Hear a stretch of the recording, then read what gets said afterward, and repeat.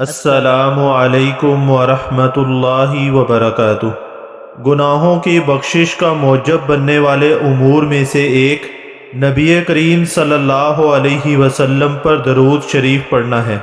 رسول اللہ صلی اللہ علیہ وسلم نے فرمایا، من صلی علی واحدۃ صلی اللہ علیہ عشر صلوات وحط عنہ عشر خطیئات ورفع لہ عشر درجات۔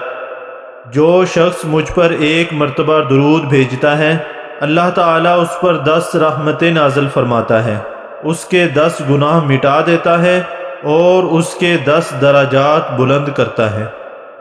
اور اسی طرح گناہوں کی بخشش کا سبب بننے والے اعمال میں سے ایک عمل اذان کے بعد دعا پڑھنا ہے۔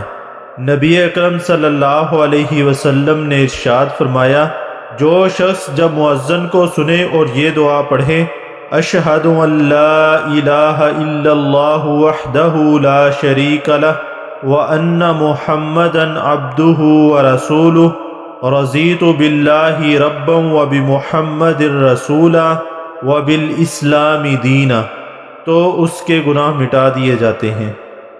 ہم نے گناہوں کو مٹانے والے اعمال کا تذکرہ کیا۔